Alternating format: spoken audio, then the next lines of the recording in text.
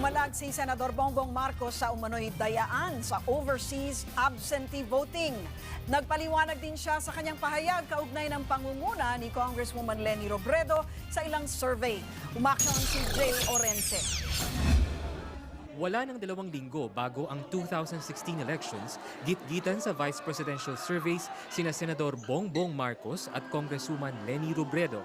Sa inilabas na Pulse Asia survey kahapon, nanguna si Marcos. Pero sa naunang SWS survey, naungasan ni Robredo si Marcos ng 1 puntos. Sa isang pahayag, sinabi ni Marcos na nakagugulat ang resulta ng SWS survey. Sana raw ay hindi ito pattern sa pandaraya. Pinalagan ito ng kampo ni Leni.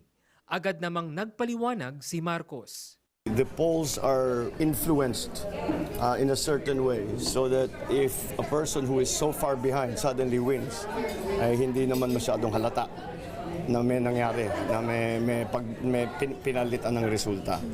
Ang sinasabi ko, baka naman yan na nga yung pinipilit na yung numero niya pakakatin. Nakikita naman natin na there are polls that say that she's way ahead when no other polls agree. So what's that? Bakit saan nangyari yun and why are they doing it? Kasabay nito, umalma si Marcos sa mga natanggap na balitang nadaya daw siya umano sa absentee voting ng mga OFW.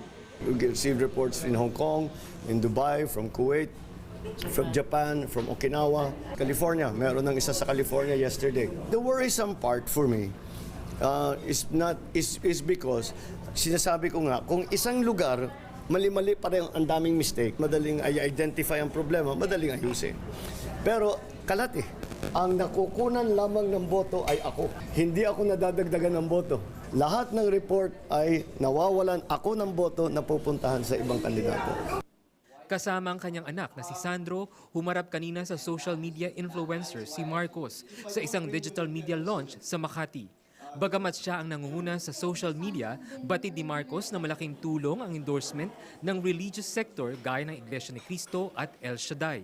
I went to see Ka Eduardo yesterday, but whoever the Iglesia ni Cristo chooses to support, I think it is up to them to make that announcement. I think Brother Mike already made the announcement last week that he is supporting me for Vice President.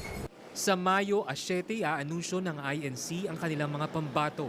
Sakaling siya ang mapili, malaking bagay ang 1.7 million na botong malilikom nito at ang tinatayang 3 milyong boto na malilikom mula sa El Shaddai. Umaaksyon, Jay Orense, News 5.